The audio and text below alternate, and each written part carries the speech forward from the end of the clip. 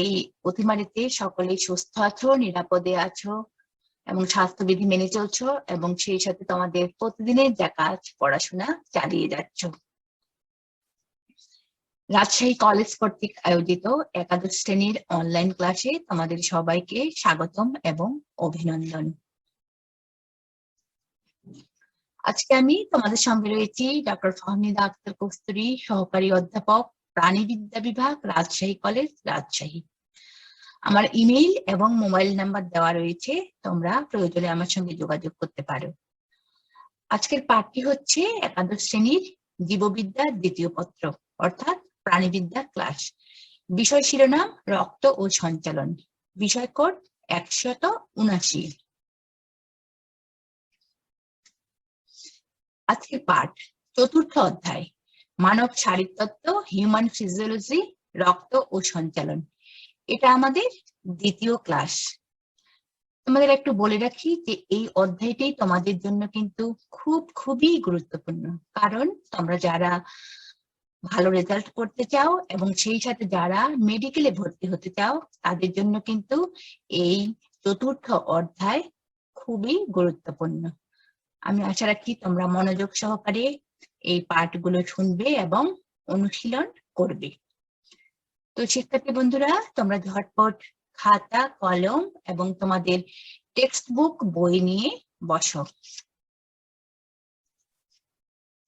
আজকের পাঠের আলোচ্য বিষয়সমূহ লসিকাতন্ত্র, রক্ততঞ্চন বা রক্ত জমাট বাঁধা। এই পাঠ শেষে তোমরা আসলে কি শিখবে? আমরা দুটো বিষয় নিয়ে এখানে আলোচনা করব, একটি হলো লসিকাতন্ত্র আর একটি হলো রক্ত জমাট বাঁধার কারণ ও ব্যাখ্যা। তো এই পাঠ শেষে তোমরা লসিকা সম্পর্কে বর্ণনা করতে পারবে, রক্ত জমাট বাঁধার কারণ ব্যাখ্যা করতে পারবে। আমি তোমাদের সুবিধার্থে আবারও বলে দিচ্ছি, আমরা দুটো বিষয় নিয়ে আলোচনা করব এবং বিষয়ের শিখনফল হলো লসিকা সম্পর্কে বর্ণনা করতে পারবে, রক্ত জমাট বাঁধার কারণ ব্যাখ্যা করতে পারবে। সুপ্রিয় শিক্ষার্থীরা, আমি গত ক্লাসে তোমাদের একটি বাড়ির কাজ দিয়েছিলাম, সেই বাড়ির কাজটা নিশ্চয়ই তোমরা করেছো সবাই। আমার বিশ্বাস তোমরা সকলেই সাফল্য লাভ করেছো এবং সঠিকভাবে তোমরা করতে পেরেছো। তো চলো আমরা একটু মিলিয়ে দেখি যে আমাদের এই বাড়ির কাজের উত্তরগুলো সঠিক হয়েছে কিনা। তো দেখো, লোহিত রক্তকণিকা, শ্বেত রক্তকণিকা এবং অনুচক্রিকার মধ্যে পার্থক্য, এবং আমি পার্থক্যের কিছু তুলনীয় বিষয়ও দিয়ে দিয়েছিলাম তোমাদের। সেগুলো দেখো, যে তুলনীয় বিষয় ছিল সংখ্যা প্রথমেই। তো লোহিত রক্তকণিকার সংখ্যা প্রতি কিউবিক মিলিমিটার রক্তে হলো প্রায় 50 লক্ষ, শ্বেত রক্তকণিকা হলো 5 থেকে 8,000, অনুচক্রিকা হলো রক্তে হচ্ছে 2.5 লক্ষ থেকে 5 লক্ষ প্রতি কিউবিক মিলিমিটারে। দেখো, তোমাদের সবারই নিশ্চয়ই সঠিক হয়েছে। এবার চলে আসি তুলনীয় বিষয় নিউক্লিয়াস। লোহিত রক্তকণিকায় দেখো যে প্রাথমিকভাবে অর্থাৎ অপরিণত অবস্থায় কি থাকে, নিউক্লিয়াস থাকে, কিন্তু পরিণত অবস্থায় নিউক্লিয়াস থাকে না। প্রাথমিক নিউক্লিয়াস থাকলেও হিমোগ্লোবিন সঞ্চিত হবার পর নিউক্লিয়াসটা কি হয়ে যায়, বিনষ্ট হয়ে যায়। আচ্ছা, শ্বেত রক্তকণিকার থেকে কি হয়, সব সময় নিউক্লিয়াস থাকে, আর অনুচক্রিকাতে কোনো সময়ই নিউক্লিয়াস থাকে না। বর্ণতে চলে আসি আমরা, যে সাইটোপ্লাজম নিয়ে হিমোগ্লোবিন থাকায় এগুলো লাল বর্ণের দেখায়, আর শ্বেত রক্তকণিকা এগুলো হচ্ছে বর্ণহীন এবং এখানে কোনো হিমোগ্লোবিন থাকে না। অনুচক্রিকাও ঠিক সেই রকম ভাবেই হচ্ছে বর্ণহীন। এদের আয়ুষ্কাল নিয়ে একটু আলোচনা করি, যে লোহিত রক্তকণিকা 120 দিন, শ্বেত রক্তকণিকা 1 থেকে 15 দিন, অনুচক্রিকা 5 থেকে 10 দিন। আকৃতি, লোহিত রক্তকণিকার আকৃতি হচ্ছে দ্বি-অবতল চাকতির মতো, শ্বেত রক্তকণিকা হচ্ছে গোলাকার বা অনিয়ত, অর্থাৎ এরা কিন্তু পরিবর্তনশীল। অনুচক্রিকা হচ্ছে অনিয়ত আকৃতির। কাজটা হলো কি, লোহিত রক্তকণিকার কাজ হলো অক্সিজেন পরিবহন, শ্বেত রক্তকণিকার কাজ হলো রোগ প্রতিরোধ করা, অ্যান্টিবডি তৈরি করা, এবং অনুচক্রিকার কাজ হচ্ছে রক্ত জমাট বাঁধা। তো শিক্ষার্থীরা, আমরা মনে হয় সবাই সুন্দরভাবে আমাদের এই হোমওয়ার্কটা সম্পন্ন করেছি। তোমাদের সবাইকে ধন্যবাদ যারা এই হোমওয়ার্কটি তোমরা করেছ। আমি আশা রাখি যারা অনেকেই হয়তোবা তোমরা যদি কোনো কাজের জন্য বা কোনো সময়ের অভাবের জন্য তোমরা যদি করে না থাকো, তাহলে তোমরা আমার এই ক্লাসের স্লাইডটা একটু দেখে নিও এবং মিলিয়ে নিও সঠিক হয়েছে কিনা। আমি হোমওয়ার্কের জন্য তোমাদের সকলকে আবারও ধন্যবাদ জানাচ্ছি। আজকে আমরা এখন আমাদের পাঠে চলে আসলাম। আমাদের পাঠ ছিল প্রথম অংশ লসিকা তন্ত্র। তাহলে লসিকা তন্ত্র হলো কি? যে তন্ত্রের মাধ্যমে দেহের মধ্য দিয়ে লসিকা রস প্রবাহিত হয় তাকে লসিকা তন্ত্র বলে। তোমরা দেখো যে লসিকা তন্ত্রের অংশগুলো কি কি? লসিকা, লসিকা নালী, লসিকা গ্রন্থি, লসিকা অঙ্গ এবং লসিকা টিস্যু। অংশগুলো আবারও দেখো, লসিকা, লসিকা নালী, লসিকা গ্রন্থি, লসিকা অঙ্গ এবং লসিকা টিস্যু। শিক্ষার্থী বন্ধুরা, তোমরা ছবিতে একটু দেখে নাও যে লসিকা তন্ত্রের অংশগুলো হচ্ছে লিম্ফ নোড, লিম্ফেটিক ভেসেল।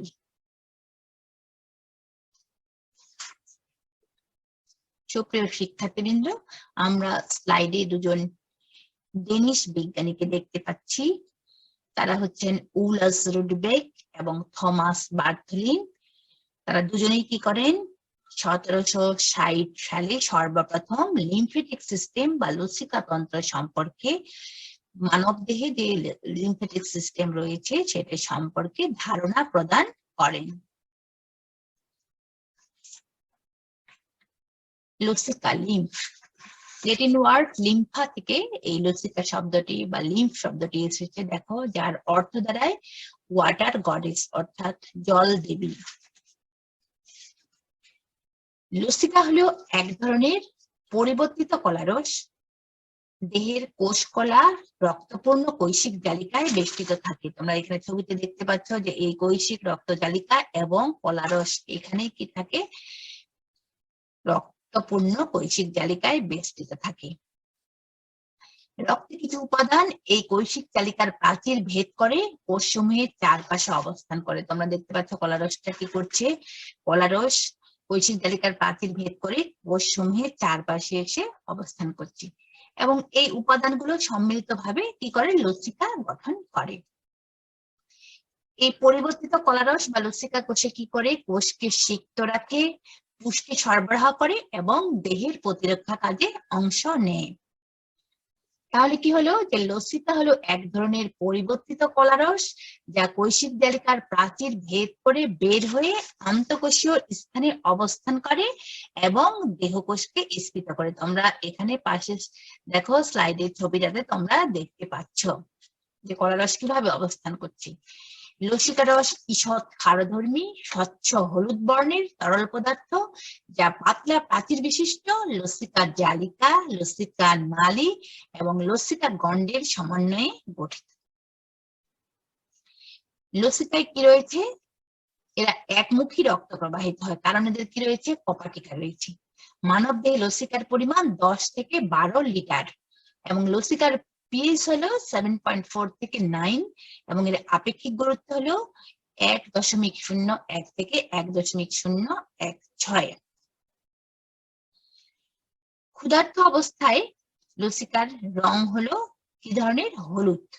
কিন্তু যখন যদি বেশি পরিমাণে ফ্যাট গ্রহণ করা হয় তাহলে কি হয়?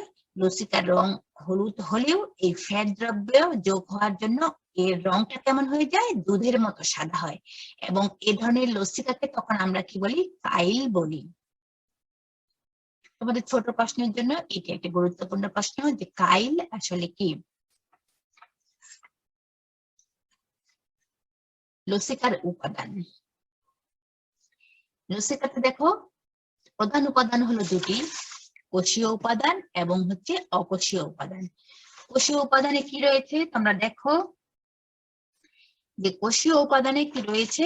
শ্বেত রক্তকণিকা এবং অণুচক্রিকা। এখানে কিন্তু কোনো কি থাকে না? লোহিত রক্তকণিকা থাকে না। এবং এখানে যে শ্বেত রক্তকণিকা থাকে এটা হলো লিম্ফোসাইট, টি লিম্ফোসাইট এবং বি লিম্ফোসাইট এবং প্রতি ঘন মিলিমিটারে 500 থেকে 75,000 পর্যন্ত লিম্ফোসাইট থাকতে পারে। অকোষীয় উপাদানগুলো হচ্ছে পানি 95% এবং অন্যান্য উপাদান হচ্ছে 5%। আচ্ছা, আমরা তাহলে পানি দেখি যে পানি হচ্ছে 95% এবং অন্যান্য কঠিন পদার্থ হচ্ছে 5%। যেগুলো কি হতে পারে কঠিন পদার্থগুলো হতে দেখি, প্রথমে লিপিড। প্রধানত এই লিপিড গুলো কিভাবে থাকে দেখো, যে কাইলোমাইক্রন হিসাবে থাকে, যাতে ট্রাইগ্লিসারাইড ও ফসফোলিপিড বিদ্যমান। তবে এর পরিমাণ মোট কঠিন অংশের প্রায় হলো 5 থেকে 10%।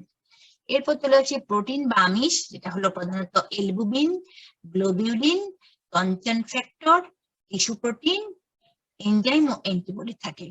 তাহলে প্রোটিন গুলো হলো কি এলবুমিন, এবং বেশিরভাগই হলো কিন্তু এলবুমিন, গ্লোবিউলিন এবং টনচন ফ্যাক্টর। তাছাড়াও কি থাকে, টিস্যু প্রোটিন থাকে। রেচন দ্রব্য হচ্ছে কি থাকবে এখানে দেখি, রেচন দ্রব্য হচ্ছে ইউরিয়া থাকতে পারে, ইউরিক অ্যাসিড এবং হচ্ছে ক্রিয়েটিনিন। রেচন দ্রব্যগুলো হচ্ছে ইউরিয়া, ইউরিক অ্যাসিড, ক্রিয়েটিনিন। এবং খনিজ লবণ এখানে থাকে। খনিজ লবণগুলো হচ্ছে কি sodium, chloride, calcium, potassium, bicarbonate. এগুলো কি হিসাবে থাকে, আয়ন হিসাবে থাকে খনিজ লবণ।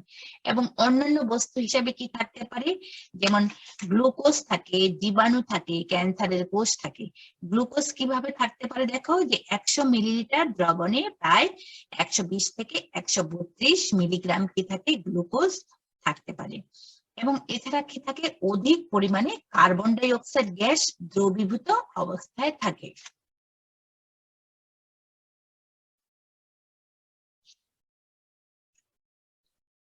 লসিকা গঠন প্রক্রিয়া। তোমরা দেখো যে লসিকা গঠন প্রক্রিয়াকে চিকিৎসা বিজ্ঞানের ভাষায় কি বলা হয়, লিম্ফোজেনেসিস বলা হয়। আমি আবারও বলছি যে লসিকা গঠন প্রক্রিয়াকে চিকিৎসা বিজ্ঞানের ভাষায় লিম্ফোজেনেসিস বলে। আচ্ছা, তাহলে চলে আসি যে দেহকোষের চারপাশে আমরা পড়লাম যে দেহকোষের চারপাশে বিদ্যমান ইন্টারস্টিশিয়াল তরল থেকে লসিকা সৃষ্টি হয়। তোমরা এখানে একটা ছবি দেখতে পাচ্ছ যে ইন্টারস্টিশিয়াল ফ্লুইড। এখানে এই যে কোষগুলো হচ্ছে ইন্টারস্টিশিয়াল কোষ, এবং এখান থেকে ইন্টারস্টিশিয়াল কি হয়, যে তরল থেকে লসিকা, এই যে তরলগুলো, এই তরল থেকে তোমার লিম্ফ বা হচ্ছে ইন্টারস্টিশিয়াল ফ্লুইড এখান থেকে তৈরি হচ্ছে। আচ্ছা, এটা কিভাবে হয় একটু দেখি, যে রক্ত কৈশিক ধমনী বা আর্টারিওল। তোমরা এখানে ছবিতে দেখো যে রক্ত কৈশিক ধমনী বা আর্টারিওলে পৌঁছালে এর অধিকাংশ কৈশিক শিরা এ প্রবাহিত হয়। কৈশিক শিরা কোথায় প্রবাহিত হচ্ছে, এই যে ভেনিউল, এখানে এসে প্রবাহিত হয়। আচ্ছা, প্রবাহিত হওয়ার সময় প্রায় কি হচ্ছে, যে 10% রক্তরস কৈশিক নালিকা থেকে বের হয়ে কোষের চারদিকে ইন্টারস্টিশিয়াল তরল হিসাবে অবস্থান করে। এখান থেকে যখন এখানে রক্ত প্রবাহিত হচ্ছে, সেখান থেকে এখানে তোমরা ছবিতে দেখো, এটা হচ্ছে লিম্ফ ক্যাপিলারি বা কৈশিক জালক। এখান থেকে কিছু কিছু প্লাজমা কি হচ্ছে, কৈশিক জালিকা থেকে বের হয়ে কোষের চারপাশে এসে এই যে ফাঁকা ফাঁকা দেখতে পাচ্ছি আমরা, এগুলোকে বলতেছে তোমার ইন্টারস্টিশিয়াল ফ্লুইড, এখানে এসে জমা হচ্ছে। এবং এই তরল লসিকা নালিকায় প্রবেশ করে লসিকায় পরিণত হয়। পরে এখান থেকে কোথায় যাচ্ছে, লিম্ফেটিক, এই যে দেখো যে এই তরলগুলো লিম্ফেটিক ভেসেলে চলে যাচ্ছে, লিম্ফেটিক ভেসেল বা লসিকা নালিকায় প্রবেশ করছে, এবং এটা পরবর্তীতে কিসে পরিণত হচ্ছে, লসিকায় পরিণত হচ্ছে। তোমরা দেখো টিস্যু সেলটার এখানে পাশের ছবিতে আরো ভালো করে তোমরা দেখতে পাচ্ছ। লসিকার কাজ, প্রথম কাজ হলো দেখো পরিবহন। পরিবহন এটি দেহের হলো মধ্যস্থতাকারী তরল হিসাবে কাজ করে। দেহের যেসব কলায় রক্ত পৌঁছাতে অক্ষম, শুধুমাত্র সেসব জায়গায় লসিকার মাধ্যমে কি করে, খাবার, পুষ্টি ও অক্সিজেন পরিবাহিত হয়।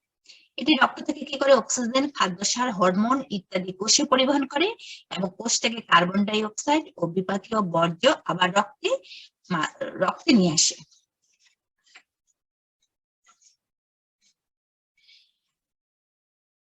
লসিকা অ্যান্টিজেন প্রেজেন্টিং সেলস পরিবহন করে এবং লসিকা গ্রন্থিতে নিয়ে যায়, এবং সেখান থেকে কি করে, অনাক্রমতা সারাদানের সূচনা ঘটায়। লসিকা গ্রন্থি এবং অস্থিমজ্জার মধ্যে ডাব্লিউবিসি কি করে, আদান প্রদান করে। লিপিড কণা, প্লাজমা, প্রোটিন, হরমোন, এগুলো হলো কি হলো, কৈশিক জালিকার প্রাচীর ভেদ করে যেগুলো যেতে পারে না, সেগুলোই শুধুমাত্র কি করে, লসিকা পরিবহন করে আবার পুনরায় রক্তে নিয়ে আসে। স্নেহ পদার্থের শোষণ। পরিপাক নালী থেকে ল্যাকটিয়েলের মাধ্যমে ফ্যাটি অ্যাসিড, গ্লিসারল এবং চর্বিতে দ্রবণীয় যে সমস্ত হরমোন সেগুলো কি করে শোষিত হয়ে সংবহন তন্ত্রে প্রবেশ করে। টিস্যু ফ্লুইড অপসারণ। কলারসকে বলা হয় টিস্যু ফ্লুইড। কলারস এক দশমাংশ লসিকার মাধ্যমে কি হয় অপসারিত হয়। প্রতিরক্ষামূলক কাজ। লসিকা কি হচ্ছে রক্ত মিশ্রণের পূর্বে এক বা একাধিক লসিকা গ্রন্থি অতিক্রম করে এবং লসিকা গ্রন্থির কোষ দ্বারা লসিকা ব্যাকটেরিয়া ও বিভিন্ন জীবাণুকে ধ্বংস করে। এবং কি পদ্ধতি, এখানে ডাব্লিউবিসি ফ্যাগোসাইটোসিস পদ্ধতিতে জীবাণুগুলোকে কি করে ধ্বংস করে, অ্যান্টিজেন উৎপাদন করে এবং দেহের রোগ প্রতিরোধ ক্ষমতা বৃদ্ধি করে। লসিকা দেহের বিভিন্ন অঙ্গের কলায় গাঠনিক অখণ্ডতা রক্ষায় বিশেষ ভূমিকা পালন করে। এছাড়া কি হয়, যদি কখনো রক্তবাহিকার মধ্যে রক্তের পরিমাণ কমে যায় সঙ্গে সঙ্গে লসিকা সেখানে কি করে চলে আসে। চলে আসার পর সেখানে কি করে রক্তের পরিমাণ দ্রুত বৃদ্ধিতে সহায়তা করে এবং রক্তের আয়তনকে কি করে সঠিক রাখে। লসিকা নালী দেহের ভেতর দিয়ে প্রবাহিত হওয়ার সময় কৈশিক নালীর প্রাচীরের মধ্য দিয়ে নিঃসৃত হয়ে আরবিসি ব্যতীত রক্তের তরল অংশ অর্থাৎ লসিকাটা কি হয় আন্তঃকোষীয় ফাঁকা স্থানে চলে আসে এবং এখান থেকে লসিকা নালী সমূহে লসিকা রস সংগ্রহিত হয় এবং লসিকা থলিতে যায়।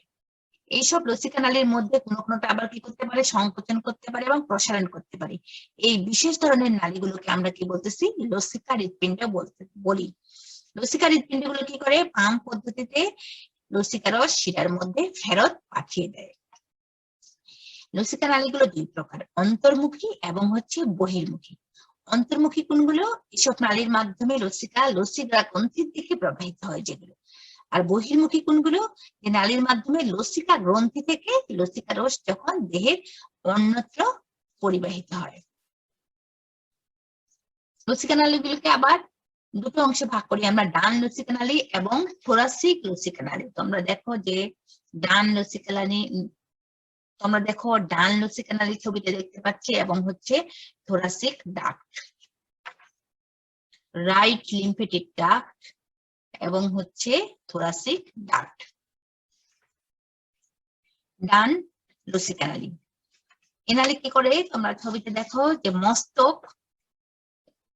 মস্তকে গলার ডান পাশে, যেহেতু ডান হাতে ফুসফুস, হৃৎপিণ্ডের ডান অংশ এবং যকৃতের ডান অংশ থেকে লসিকা বহন করে এবং এ নালী সাবক্লাভিয়ান, তোমরা এখানে ছবিতে দেখো যে রাইট সাবক্লাভিয়ান ভেইন এবং হচ্ছে রাইট ইন্টারজুগুলার ভেইন, এই দুটো শিরার সঙ্গে কি হয় যুক্ত হয়ে শিরাতন্ত্রের সাথে মিলিত হয়। তোমরা ছবিতে নিশ্চয়ই দেখতে পাচ্ছ যে ডান লসিকা নালী বা হচ্ছে রাইট লিম্ফেটিক ডাক্ট। এটা কোথায় কোথায় রক্ত দিচ্ছে আমি আবারও বলছি, যেটা হলো মস্তক, গলার ডান পার্শ্ব, ডান হাত, ফুসফুস, হৃৎপিণ্ডের ডান অংশ এবং যকৃতের ডান পাশে, এই হলো লসিকা নালীগুলো গঠিত। এবং এই নালী কি করে, রাইট সাবক্লাভিয়ান ভেইন, তোমরা ছবিতে দেখতে পাচ্ছ রাইট ইন্টারনাল জুগুলার ভেইন, এর শিরার সংযোগস্থলে শিরাতন্ত্রের সাথে পুনরায় মিলিত হয়। এরপর চলে আসলাম আমরা থোরাসিক ডাক্ট, বা ছবিতে তোমরা দেখতে পাচ্ছ থোরাসিক ডাক্ট বা হচ্ছে বক্ষীয় লসিকা নালী। দেহের নিচের দিকের অংশ, তোমরা ছবিতে দেখো যে দেহের নিচের দিকের অংশ ও আনুষঙ্গিক অঙ্গাদি থেকে উৎপন্ন হওয়া লসিকা নালী সমূহের সমন্বয়ে বক্ষীয় লসিকা নালী গঠিত। এ নালী বাম সাবক্লাভিয়ান, তোমরা এর আগেটা দিলা ডান দিকে, এটা হচ্ছে বাম দিকের ছবিতে দেখো বাম সাবক্লাভিয়ান, বাম অন্তঃজুগুলার শিরা, বাম লেফট সাবক্লাভিয়ান এবং লেফট ইন্টারনাল জুগুলার ভেইন উন্মুক্ত হয় এবং বক্ষীয় লসিকা নালী উদরীয় অঞ্চলে অবস্থিত সিস্টারনা কাইলি নামক স্ফীতি থেকে শুরু হয়ে বাম কাঁধের নিকটে অবস্থিত বাম সাবক্লাভিয়ান শিরা ও বাম ইন্টারজুগুলার শিরা সংযোগস্থলে উন্মুক্ত হয় এবং সেখানে এরা ধ্বংসপ্রাপ্ত হয়। আমি আবারও দেখাচ্ছি যেটা কোথায় যাচ্ছে, যে দেহের নিচের অংশ এবং আনুষঙ্গিক অঙ্গাদি থেকে উৎপন্ন হওয়া লসিকা নালী সমূহের সমন্বয়ে গঠিত প্রথমে। তারপর এ নালী বাম সাবক্লাভিয়ান, তোমরা দেখো লেফট সাবক্লাভিয়ান এবং হচ্ছে বাম অন্তঃজুগুলার বা লেফট ইন্টারনাল জুগুলার ভেইন সংযোগস্থলে শিরাতন্ত্রে উন্মুক্ত হয়। বক্ষীয় লসিকা নালী উদরীয় অঞ্চলে অবস্থিত।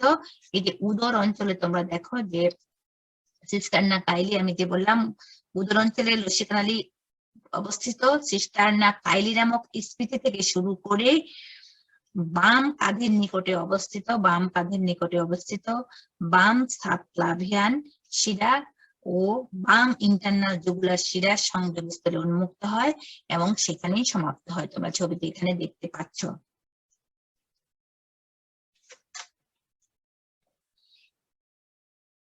লসিকা গ্রন্থি,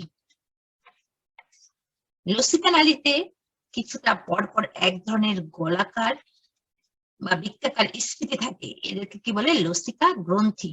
এদের সংখ্যা অসংখ্য, তবে প্রায় হলো 400 থেকে 700।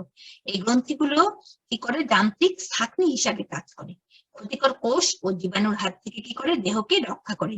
তোমরা ছবিতে দেখো যে ঘাড়ে, বগলে ও কুচকিতে এরা থাকে। এরা দেখো এখানে ঘাড়ে আছে, বগলে আছে এবং এই কুচকিতে, এই অঞ্চলে সবচেয়ে বেশি এরা থাকে। সংশ্লিষ্ট পেশির সঞ্চালন, শ্বসন, ধমনীর সংকোচন, প্রসারণ দ্বারা দেহের মধ্য দিয়ে এরা কি হয়? প্রবাহিত হয়।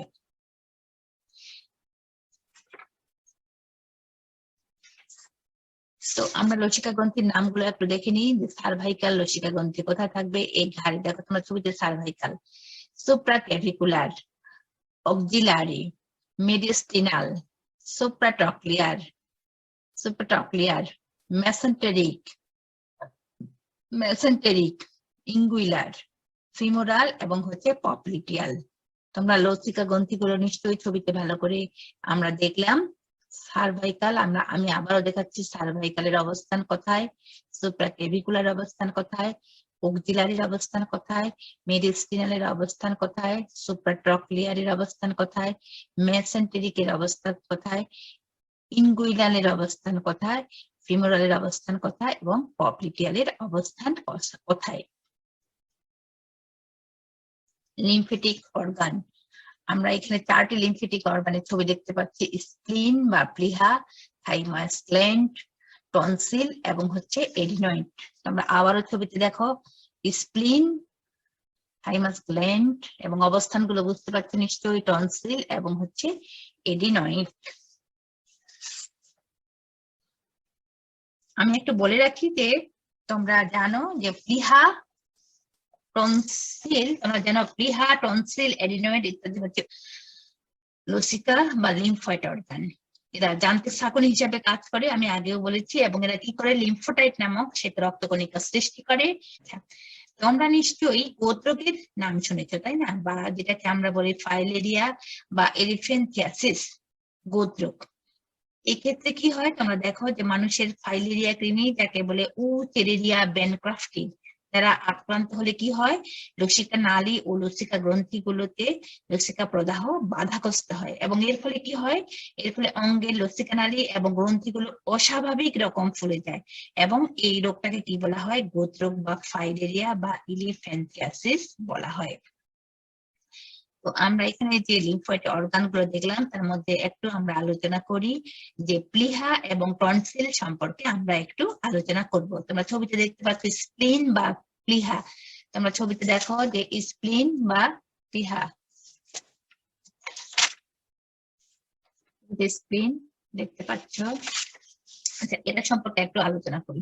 প্লিহা হচ্ছে মানবদের সবচেয়ে বড় লসিকা গ্রন্থি এবং দেহতলের ভারসাম্য রক্ষাটা কি করে? গুরুত্বপূর্ণ ভূমিকা পালন করে। এবং যে এটা গুরুত্বপূর্ণ ভূমিকা পালন করলেও কিন্তু কি হয়? মানুষ এটি ছাড়াও আবার বাঁচতে পারে। প্লিহা কোথায় অবস্থান করে? ছবিতে তোমরা দেখে নাও যে পাঁজরের নিচে এবং পাকস্থলীর উপরে। তোমরা দেখো যে পাঁজরের নিচে এবং পাকস্থলীর উপরে, উদরের বাম ঊর্ধ্ব প্রকোষ্ঠে এগুলো কি করে? অবস্থান করে এটা। আচ্ছা, পরিণত মানুষের প্লিহা প্রায় 5 ইঞ্চি প্রস্থ বিশিষ্ট এবং ওজন প্রায় হচ্ছে 150 গ্রাম। কালচে বর্ণের নরম প্লীহাকে সেজন্য কি বলা হয়, রক্তের রিজার্ভার বা ব্লাড ব্যাংক বলা হয়। এটি প্রায় 300 মিলিমিটার রক্ত কি করে এখানে জমা রাখে। প্লীহা রক্তের প্রধান ছাঁকুনি হিসাবে কাজ করে। প্লীহা রক্তের প্রধান ছাঁকুনি হিসাবে কাজ করে। অধিকাংশ লোহিত রক্তকণিকা কোথায় যায় ধ্বংসপ্রাপ্ত হয় তোমরা জানো, যে এটা প্লীহায় গিয়ে জমা হয়, এবং এজন্য আমরা এটাকে প্লীহাকে কি বলতে পারি, লোহিত রক্তকণিকার কবরস্থানও আমরা বলতে পারি। এটি কি করে, জীবাণু ধ্বংস করে রোগ প্রতিরোধে অংশগ্রহণ করে। এরপর তোমরা দ্বিতীয় ছবিতে চলে আসো, আমরা টনসিলের ছবি দেখতে পাচ্ছি। টনসিল, আচ্ছা, টনসিল হলো মুখ হা করলে গলার ভেতরে, দেখো ছবিতে তোমরা ডান ও বাম দিকে ছোট বলের মতো যে গঠন দেখা যায় তাই হলো টনসিল। এখানে আমরা কিন্তু 4 ধরনের টনসিল দেখিয়েছি ছবিতে। আচ্ছা, টনসিল এক ধরনের লিম্ফ নোড বা লসিকা গ্রন্থি। এরা জীবাণু আক্রমণের বিরুদ্ধে প্রথম সারির প্রতিরোধ গড়ে তোলে। তোমরা ইমিউনিটি সিস্টেমে নিশ্চয়ই এটা পড়বে। আচ্ছা, এরা প্রচুর পরিমাণে লিম্ফোসাইট সৃষ্টি করে, যারা মুখে প্রবেশকৃত ব্যাকটেরিয়া ও ভাইরাসের বিরুদ্ধে কি করে এরা প্রতিরোধ গড়ে তোলে। আবার কি হয়, অনেক সময় টনসিল নিজে ভাইরাস বা ব্যাকটেরিয়া দ্বারা কিন্তু আক্রান্ত হয়ে ফুলে যায়। একে টনসিলাইটিস বা টনসিলের প্রদাহ বলা হয়। লসিকা সংবহন, লিম্ফ সার্কুলেশন। তোমরা একটু স্লাইডে তোমরা দেখো যে এখানে আমরা কি দেখতে পাচ্ছি, ব্লাড ক্যাপিলারিস বা হচ্ছে রক্তজালক। তো এই রক্তজালক থেকে কি হয়, লসিকা উৎপন্ন হয়। কিভাবে হয় একটু আমরা আবারও দেখি, যে দেহকোষের চারপাশে বিদ্যমান ইন্টারস্টেশিয়াল তরল থেকে লসিকা সৃষ্টি হয়। রক্ত কৈশিক ধমনী পৌঁছালে এর অধিকাংশ কৈশিক শিরায় প্রবাহিত হয়, এবং প্রায় 10% রক্তরস কৈশিক নালিকা থেকে বের হয়ে কোষের চারিদিকে ইন্টারস্টেশিয়াল তরল হিসাবে অবস্থান করে। এই যে এখানে ফাঁকা জায়গাটাতে এসে অবস্থান করে, এবং ওই তরল লসিকা নালিকায় প্রবেশ করে কি হয়, লসিকায় পরিণত হয়। এই যে টিস্যু ফ্লুইড, এটা লিম্ফেটিক ভেসেলে চলে গেল। যখন লিম্ফেটিক ভেসেলে চলে যায় তখনই সেটা হলো লসিকা। তো রক্তজালক থেকে লসিকা উৎপন্ন হয়ে তারপরে কি হয়, বিভিন্ন কলাকোষে ছড়িয়ে পড়ে। সেখানে খাদ্যরস ও অক্সিজেন পরিবেশন করে এবং কোষ থেকে বিপাকীয় বর্জ্য পদার্থ গ্রহণ করে লসিকা প্রবাহের মাধ্যমে কোথায় যায়, থোরাসিক ডাক্ট ও ডান লিম্ফেটিক ডাক্টে এসে সঞ্চিত হয় এবং সাবক্লেভিয়ান শিরার রক্তে মিশে যায়। এভাবে লসিকার সংবহন সম্পন্ন হয়। রক্ত এবং লসিকার মধ্যে পার্থক্য চলো একটু দেখে নিই আমরা। রক্ত লাল বর্ণের পরিবহন কলা, লসিকা হলো সাদা বর্ণের পরিবহন কলা। রক্তনালীতে কি হয়, সুনির্দিষ্ট চাপে রক্ত প্রবাহিত হয়, আর লসিকা নালীতে চাপহীন ভাবে প্রবাহিত হয়। রক্তে কি কি থাকে দেখো, রক্ত প্লাজমা, লোহিত রক্তকণিকা, শ্বেত রক্তকণিকা ও অনুচক্রিকা নিয়ে গঠিত। আর লসিকা শুধুমাত্র লসিকা প্লাজমা ও শ্বেতকণিকা নিয়ে গঠিত। রক্তে কি থাকে, হিমোগ্লোবিন থাকে, এই জন্য রক্তের রং লাল। লসিকাতে কোনো হিমোগ্লোবিন থাকে না, বিধায় এর রং হলো হলুদ বর্ণের। রক্ত অধিক পরিমাণ প্রোটিন, ক্যালসিয়াম ও ফসফরাস যুক্ত থাকে। লসিকাতে অল্প পরিমাণ প্রোটিন, ক্যালসিয়াম ও ফসফরাস যুক্ত থাকে। রক্তের মাধ্যমে শ্বসন গ্যাস ও খাদ্যকণা পরিবাহিত হয়। খাদ্যকণার ভিতর শর্করা এবং আমিষ এরা পরিবাহিত হয়। আর লসিকার মাধ্যমে বর্জ্য পদার্থ ও খাদ্যসার অর্থাৎ লিপিড পরিবাহিত হয়। তাহলে শিক্ষার্থী বন্ধুরা, আমরা এখানে রক্ত ও লসিকার মধ্যে পার্থক্যটুকু আমরা দেখলাম। আমরা এতক্ষণ যে বিষয়গুলো আলোচনা করলাম, যে লসিকা তন্ত্রের গঠন এবং কাজ, আমরা একটি ছোট্ট ভিডিওর মাধ্যমে সেটি দেখব এবং অনুধাবন করব। Did you know your body has its own version of a sewer system for removing unwanted toxins, waste, and excess water from the body? This is called our lymphatic system. Like our blood circulation, the lymphatic system is made up of millions of little vessels that branch all around our body. But whereas arteries and veins carry blood, the lymphatic vessels are much finer and carry a colourless fluid called lymph. Our lymphatic system has 3 main duties. 1. It contains white blood cells called lymphocytes, which are used to fight infection. 2. It acts as a one-way drainage system, transporting fluid from body tissues into the blood circulation. 3. It gets rid of waste products produced by cells. As blood circulates the body, plasma leaves the blood vessels and travels into the body tissues, delivering food, oxygen, and hormones to the cells. This plasma becomes tissue fluid and surrounds all our body's tissues. It then collects waste products, excess water, and toxins from the cells. 90% of this fluid passes back into the blood circulation. However, 10% of the fluid is left behind and is known as lymph. We therefore need a system to drain this lymph fluid, so that we don't end up as a swollen fluid-filled balloon, hence the lymphatic system. The lymph fluid drains into lymph vessels, where it then travels to lymph nodes, which are found all around your body. To stop backflow, the lymph vessels have one-way valves and muscular walls that contract to force the lymph forward. This is happening in millions of little lymphatic vessels in your body every minute of every day. The lymph nodes filter the lymph, destroying or trapping anything harmful. The lymph nodes contain white blood cells called lymphocytes, which attack and break down bacteria, viruses, damaged cells, or cancer cells. This filtering and destroying is an important part of our immune system and stops nasty substances being fed back into our bloodstream, which would make us sick. The waste products and destroyed bacteria are then carried in the lymph fluid through larger lymph vessels up to your neck, where the thoracic duct empties the lymph back into the blood circulation. The bloodstream then removes the waste products from the body as it does with other waste. As well as the lymph fluid, our lymphatic system also includes a few organs: the spleen, thymus, tonsils, and adenoids. They all have roles in helping our body fight off infections. Unfortunately, like any sewer system, things can go horribly wrong. Sometimes we get infections that cause the pumping to break down. This can cause your arms or legs to swell to huge proportions. Sometimes the debris or other bad substances can make it past lymph nodes. Sometimes cancer cells do this and spread the cancer to other parts of the body, which obviously isn't good. For now, we wish you all the best for your lymphatic health, which you can help maintain by drinking lots of water and exercising.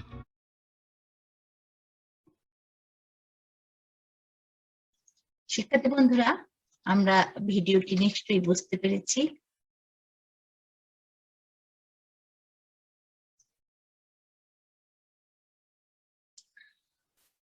সুপ্রিয় শিক্ষার্থীরা, এবার আমরা চলে আসছি রক্ততঞ্চন বা জমাট বাঁধা, দ্বিতীয় আরেকটি বিষয় নিয়ে।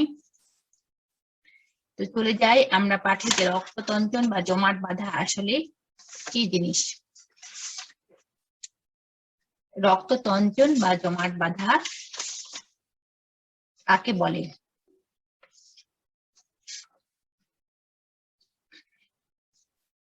যে প্রক্রিয়ায় কেটে যাওয়া স্থানের বা ক্ষত স্থানের রক্ত জমাট বেঁধে দেহ থেকে অবাঞ্ছিত রক্তপাত বন্ধ হয়, তাকে রক্ততঞ্চন বা রক্ত জমাট বাঁধা বলে।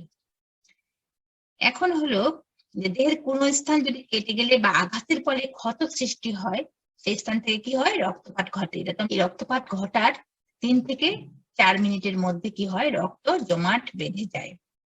অর্থাৎ যে প্রক্রিয়ায় রক্ত তার তারল্যতা হারিয়ে অর্ধ তরল পিণ্ড বা ক্লটে পরিণত হয়, তাকে রক্ততঞ্চন বা রক্ত জমাট বাঁধা বলে।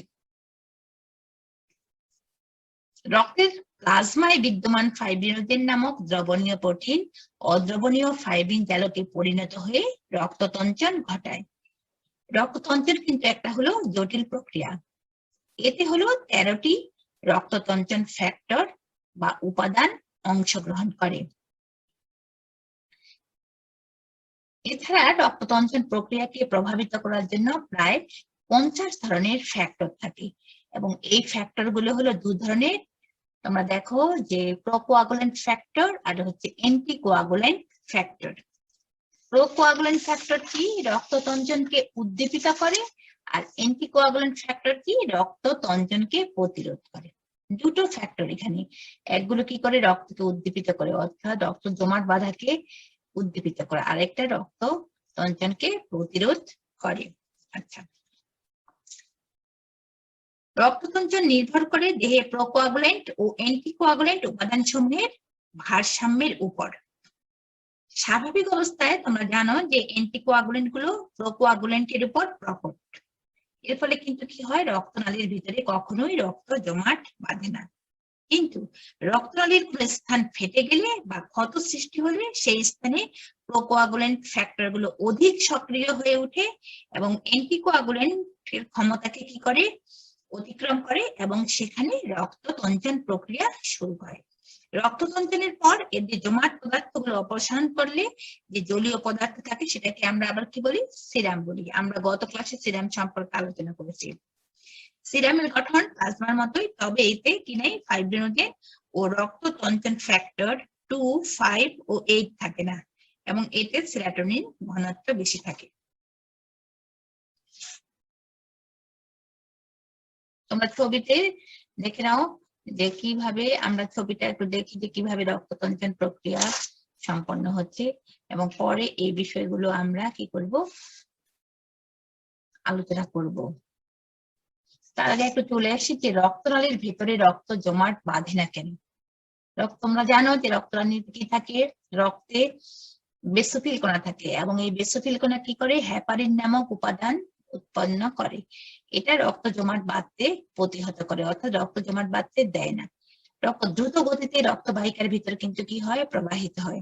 আরেকটি কাজ কি হয়, যে রক্তবাহিকার অভ্যন্তর ভাগ হচ্ছে মসৃণ, তাই রক্তনালীর ভিতরে রক্ত জমাট বাঁধে না। রক্ত জমাট বাঁধার উপাদান সমূহ বা ফ্যাক্টর, 13টি ফ্যাক্টর রয়েছে রক্ত জমাট বাঁধার জন্য। তোমরা দেখো যে প্লাজমা ক্লটিং ফ্যাক্টরস গুলো একটু দেখে নিই আমরা। 13টা ফ্যাক্টরের নাম কি, fibrinogen, prothrombin, thromboplastin, calcium ion, proaccelerin যেটাকে আমরা লেভেল ফ্যাক্টর বলি, প্রিভেন্স নট প্রুফড, এটা হচ্ছে কয় নাম্বার, 6 নাম্বার। 7 নাম্বার দেখো হচ্ছে প্রোকনভার্টিন বা স্টেবল ফ্যাক্টর। 8 নাম্বার হচ্ছে অ্যান্টিহিমোফিলিক ফ্যাক্টর এ। 9 নাম্বার হচ্ছে অ্যান্টিহিমোফিলিক ফ্যাক্টর বি, বাকে আমরা ক্রিসমাস ফ্যাক্টরও বলে থাকি। এবং 10 নাম্বার হচ্ছে স্টুয়ার্ট। 11 নাম্বার হচ্ছে প্লাজমা থ্রম্বোপ্লাস্টিন অ্যান্টিসিডেন্ট। 12 নাম্বার হচ্ছে হ্যাকম্যান ফ্যাক্টর এবং 13 নাম্বার হচ্ছে ফাইব্রিন স্টেবিলাইজিং ফ্যাক্টর। তাহলে মোট 13টি ফ্যাক্টর। আচ্ছা, সিরাম আমরা আবার একটু আলোচনা করি। সিরাম হলো প্লাজমা থেকে যদি ক্লটিং ফ্যাক্টর গুলো বাদ দিয়ে যে হলুদ বর্ণের পদার্থ, সেটাই হচ্ছে সিরাম।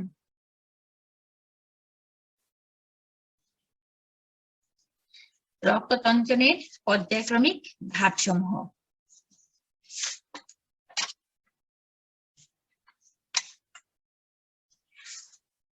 তো প্রক্রিয়াটা আমরা একটু আলোচনা করে দেখি। এই যে 13টি ফ্যাক্টর বললাম, এই ফ্যাক্টর গুলোর ধারাবাহিক কার্যকারিতায় ক্ষতস্থানে কি হয়, রক্ত জমাট বাঁধে। এবং প্রক্রিয়াটি আমরা একটু বর্ণনা করি। প্রথমে দেখি যে আঘাত প্রাপ্তির পর ক্ষতস্থানে রক্তনালী সংকুচিত হলে রক্ত প্রবাহ কি হয়, কমিয়ে দেয়। রক্তের অনুচক্রিকা রক্ততঞ্চন প্রক্রিয়ার সূচনা করে। তোমরা জানো যে প্লাটলেটই রক্ততঞ্চন প্রক্রিয়ার সূচনা করে। ক্ষতস্থানের অনুচক্রিকা এবং টিস্যু উভয়ই বিভিন্ন টিস্যু ফ্যাক্টর ও ক্যালসিয়ামের উপস্থিতিতে থ্রম্বোপ্লাস্টিন নামক এনজাইম কি করে, নিঃসরণ করে।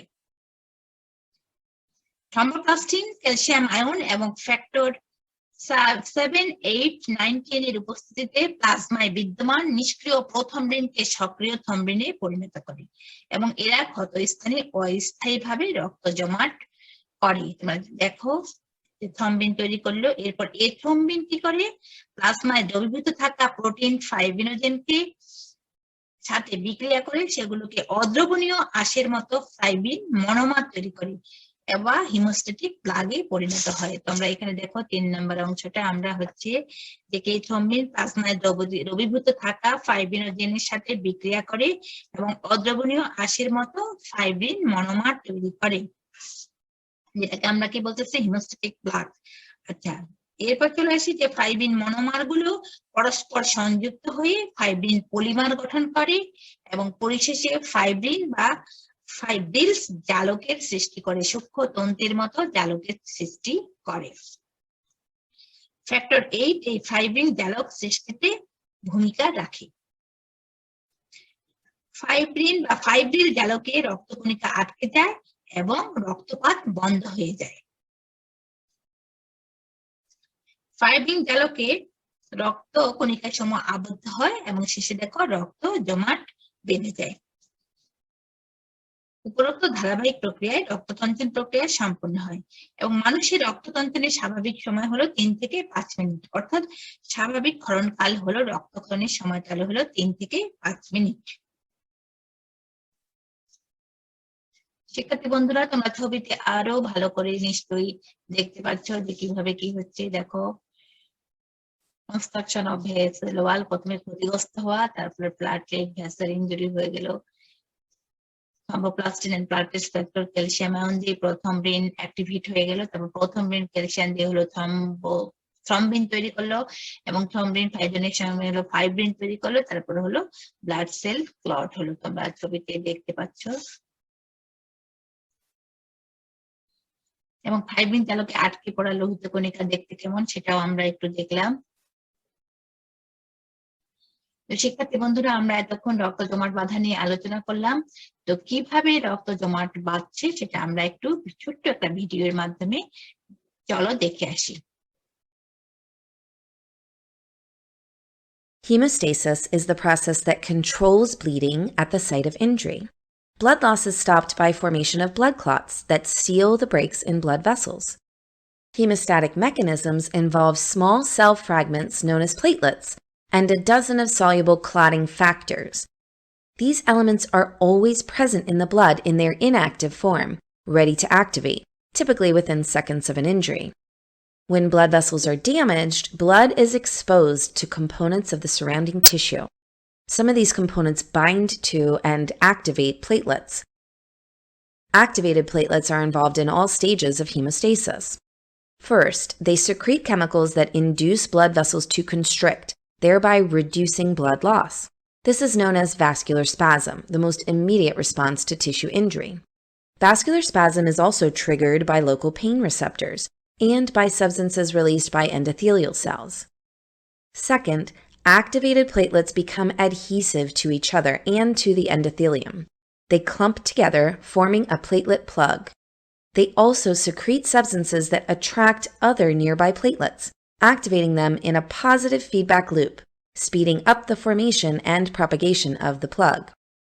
Third, the surface of activated platelets serves as the site for coagulation, the formation of blood clots.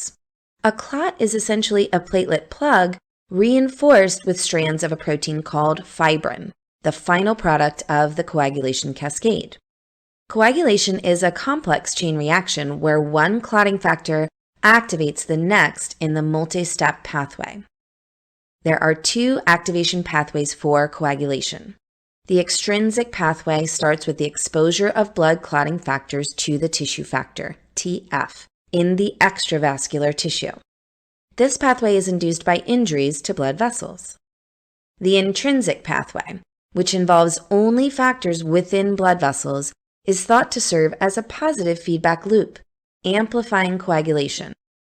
The two pathways converge into a common pathway, producing thrombin and ultimately fibrin. Thrombin has the central role in the coagulation cascade. It cleaves soluble fibrinogen to generate insoluble fibrin. Thrombin also further activates platelets and initiates a positive feedback loop that is essential for clot propagation. Blood clots prevent blood loss during wound healing, but once the vessels are repaired, they must be dissolved to restore blood flow. This process, called fibrinolysis, is a small cascade that produces the enzyme plasmin. Plasmin cleaves fibrin and dissolves the clot.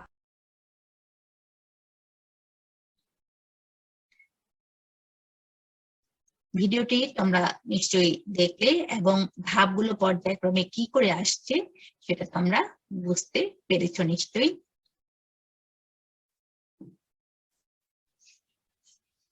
আমরা এতক্ষণ দুটো বিষয় নিয়ে আলোচনা করলাম, লসিকাতন্ত্র এবং রক্ততঞ্চন বা রক্ত জমাট বাঁধা। আমি বিশ্বাস করি তোমরা ক্লাসটি মনোযোগ সহকারে দেখেছো এবং শুনেছো। তো চলো শিক্ষার্থীরা, আমরা নিজেরাই একটু যাচাই করে দেখি যে ক্লাসটি আমরা কতটুকু আত্মস্থ করতে পেরেছি।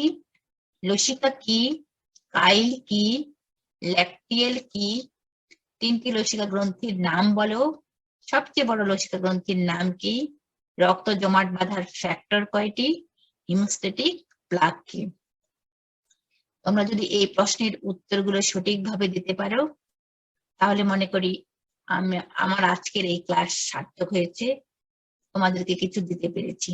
আর যদি তোমরা না পারো তাহলে কি করতে হবে, আমার ক্লাস লেকচারটি আবার তোমরা শুনবা এবং সেই সাথে তোমাদের যে টেক্সট বুক রয়েছে সেই বুকটির সাথে একটু মিলিয়ে নিবা এবং বারবার একটু পড়তে হবে টেক্সট বুকটি। শিক্ষার্থীরা, তোমাদের জন্য ছোট্ট একটি হোমওয়ার্ক গত ক্লাসের মতো দিয়েছি। রক্ত, প্লাজমা ও লসিকার মধ্যে পার্থক্যগুলো তোমরা একটু খাতায় লিখবা। আমরা আগামী ক্লাসে এই বিষয়গুলো নিয়ে আবারও একটু আলোচনা করব ক্লাসের শুরুতেই, এবং তোমাদের কোনো ভুল হয়ে থাকলে সেগুলো শুদ্ধ করবার চেষ্টা করব। আগামী ক্লাসে আমরা পড়ব মানুষের হৃৎপিণ্ডের গঠন, হৃদস্পন্দন এবং কার্ডিয়াক চক্র। তিনটি বিষয় রয়েছে, এই তিনটি বিষয় তোমরা তোমাদের টেক্সট বুকে একটু দেখে নিও, তাহলে আগামী ক্লাস করতে আমাদের সুবিধা হবে এবং তোমাদের বুঝতেও সুবিধা হবে। সুপ্রিয় শিক্ষার্থীরা, আমরা ক্লাসের একেবারে শেষ প্রান্তে চলে এসেছি। আমরা আজকে একটু কঠিন দুটো বিষয় নিয়ে আলোচনা করেছিলাম, লসিকাতন্ত্র এবং রক্ততঞ্চন বা রক্ত জমাট বাঁধা। আমার বিশ্বাস ক্লাসটি ফলপ্রসূ হয়েছে, তোমরা বুঝতে পেরেছো। আর সময় নেই, আমরা ক্লাসের শেষ প্রান্তে চলে যাব।